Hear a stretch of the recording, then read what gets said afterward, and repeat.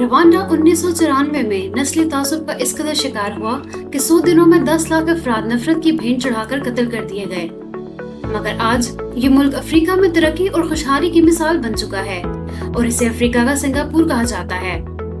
اہل دانش کا کہنا ہے کہ نسلی تعصب کو ختم کرنے میں اس ملک کی ترقی اور خوشحالی نے کلیدی کردار ادا کیا ہے۔ روانڈا نے گزشتہ 2 دہائیوں کے دوران اقتصادی خوشحالی کے حصول میں نمایاں پیش رفت کی ہے۔ ملک نے مضبوط اقتصادی ترقی کا تجربہ کیا ہے، مؤثر پالیسیاں نافذ کی ہیں اور ایک مسابقتی اور پائیدار معیشت کی تعمیر پر توجہ مرکوز کی ہے۔ روانڈا کی اقتصادی خوشحالی میں مستحکم سیاسی ماحول اور مضبوط گورننس کا سب سے اہم کردار ادا ہے، جس نے اقتصادی ترقی کے لیے ایک مضبوط بنیاد فراہم کی ہے۔ روانڈا نے اپنی قدرتی خوبصورتی سے فائدہ اٹھایا اور زراعت کے علاوہ سیاحت کو بھی فروغ دیا۔ جمہوریہ روانڈا کے سینٹ کے صدر ڈاکٹر کلندر فرانکس زیویئر کی قیادت میں ایک وفد نے اسلام آباد chamber of commerce and industry کا دورہ کیا اور پاکستان کے ساتھ کاروبار اور سرمایہ کاری کے تعلقات کو مزید بہتر بنانے کے امور پر تاجر برادری کے ساتھ تبادلہ خیال کیا۔ روانڈا کے خارجہ امور کی کمیٹی کے چیئرمین پرسن سینیٹر مرمت انگیزہ حتیجہ، روانڈا کے سفیر جیمز کیمونو، پاکستان میں روانڈا کے اعزازی قونصل جنرل فاروق خواجہ اور دیگر وفد میں شامل تھے۔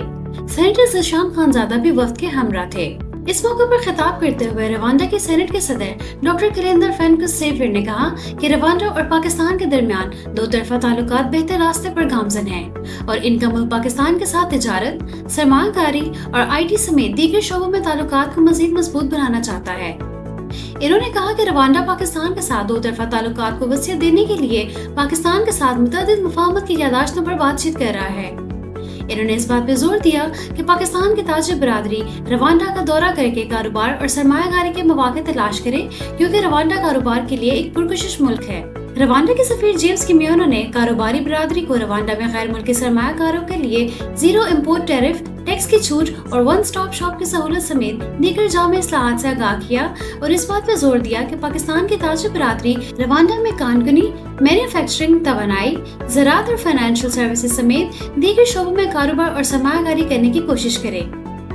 اس موقع پر اپنے خیالات کا اظہار کرتے ہوئے آئی سی سی آئی کے صدر احسن صفر بختاوی نے وفد کو اسپیشل انویسٹمنٹ فیسیلیٹیشن کونسل کے اغراض و مقاصد کے بارے میں بریفنگ دی، جو پاکستان میں غیر ملکی سرمایہ کاروں کو 1 ونڈو کی سہولت فراہم کر رہی ہے۔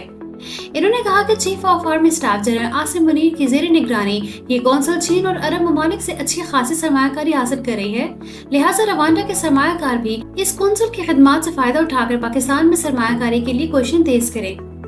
پاکستان اور روانڈا باہمی تجارت کو بہتر بنانے کے لیے ترجیحی تجارت کا معاہدہ کریں۔ انہوں نے کہا کہ روانڈا پاکستان میں اپنا سفارت خانہ کھولے، جو دو طرفہ تعلقات کی بہتری کے لیے بہت ضروری ہے۔ دونوں ممالک باہمی تعاون کے نئے مواقع تلاش کرنے کے لیے تجارتی وفود کا باقاعدگی کے ساتھ تبادلہ کرنے کی حوصلہ افزائی کریں۔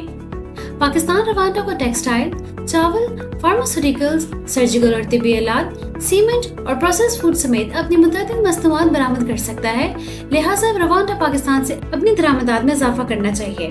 سینیٹر زیشان خانزادہ نے کہا کہ روانڈا کاروبار کے لیے بہت اچھا ملک ہے اور پاکستان کا نجی شعبہ روانڈا میں جوائنٹ وینچرز اور سرمایہ کاری کے مواقع تلاش کرنے کی کوشش کرے۔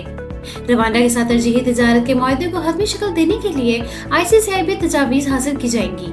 چیمبر کے نائب صدر انجینئر اسلام ظفر نے کہا کہ آئی سی سی آئی اپنا ایک وفد روانڈا لے جانے پر غور کر رہا ہے تاکہ وہاں کی مارکیٹ میں کاروبار اور برآمدات کے مواقع تلاش کیے جائیں۔